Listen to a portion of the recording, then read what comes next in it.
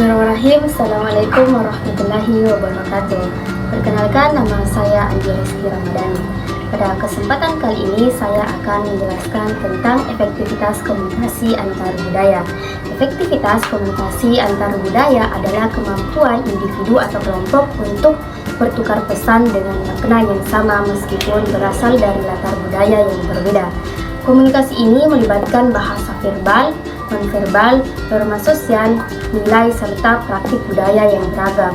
Keberhasilan komunikasi antar budaya tergantung pada kemampuan menyampaikan maksud secara jelas, menyelesaikan diri dengan budaya lain, dan mengelola perbedaan budaya dengan sikap dan terbuka.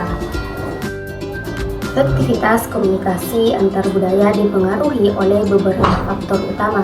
Yang pertama itu kompetensi komunikasi. Kompetensi komunikasi mencakup 3 elemen penting. Yang pertama itu pengetahuan, yaitu pemahaman tentang budaya lain. Yang kedua itu sikap, yaitu toleransi dan empati terhadap orang dari latar belakang berbeda. Yang ketiga itu keterampilan, yaitu kemampuan verbal dan nonverbal untuk berkomunikasi secara jelas dan sensitif terhadap budaya. Yang kedua itu bahasa dan simbol. Bahasa adalah alat utama komunikasi, tetapi dalam komunikasi antar budaya, penggunaan bahasa lokal, dialog atau istilah asing harus disesuaikan agar tidak menimbulkan kebingungan. Selain itu, simbol seperti isyarat tangan, ekspresi wajah bisa memiliki arti berbeda di setiap budaya. Misalnya itu isyarat tangan, oke, dalam budaya barat berarti setuju, namun di sebagian wilayah di Indonesia dianggap kasar atau menghina. Yang ketiga itu stereotip dan prasangka. Stereotip negatif, misalnya orang Batak galak, orang Jawa lambat, dapat menghalangi komunikasi yang terbuka dan objektif.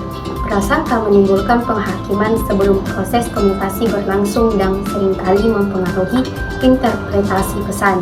Yang keempat itu perbedaan nilai dan norma sosial. Nilai yang dijunjung tinggi dalam suatu budaya bisa sangat berbeda dari budaya lain.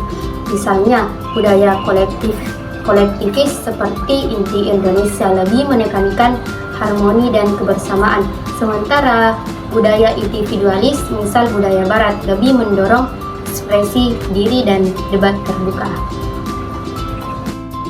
Adapun strategi meningkatkan efektivitas komunikasi antar budaya ada 5. Yang pertama itu meningkatkan kompetensi antar budaya. Individu perlu dibekali dengan kemampuan memahami budaya lain, menghormati perbedaan, dan beradaptasi. Menurut Spiegel dan Cheng Non, kompetensi antar budaya mencakup kesadaran, sensitivitas, dan kemampuan menyesuaikan diri.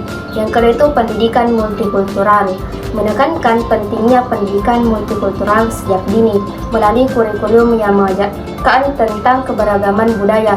Siswa dapat belajar memahami, menerima, dan menghargai budaya lain. Yang ketiga itu pelatihan komunikasi lintas budaya. Lembaga pemerintah dan swasta perlu menyelenggarakan pelatihan lintas budaya, terutama bagi pekerja, guru, mahasiswa, dan pemimpin komunitas. Pelatihan ini mencakup cara membaca ekspresi budaya, menghindari konflik antar budaya, dan menggunakan bahasa yang netral. Yang keempat itu pemanfaatan media untuk edukasi budaya. Media massa termasuk media sosial dapat menjadi sarana untuk menyebarkan nilai-nilai toleransi dan keberagaman. Program-program seperti Lintas Budaya atau film dokumenter tentang kehidupan lintas etnis di Indonesia dapat membangun empati. Pemanfaatan media untuk edukasi berperan penting dalam meningkatkan pemahaman dan kompetensi, terutama dalam konteks komunikasi antar budaya. Media, baik media massa maupun media sosial, menyediakan platform interaktif yang memungkinkan pertukaran informasi, dialog, dan penyebaran nilai budaya secara luas dan cepat. Media sosial seperti YouTube dan platform digital lainnya terbukti efektif dalam memberikan pengalaman belajar yang interaktif dan memperluas perspektif budaya siswa, khususnya dalam bidang perhotelan, pariwisata, dan pendidikan global.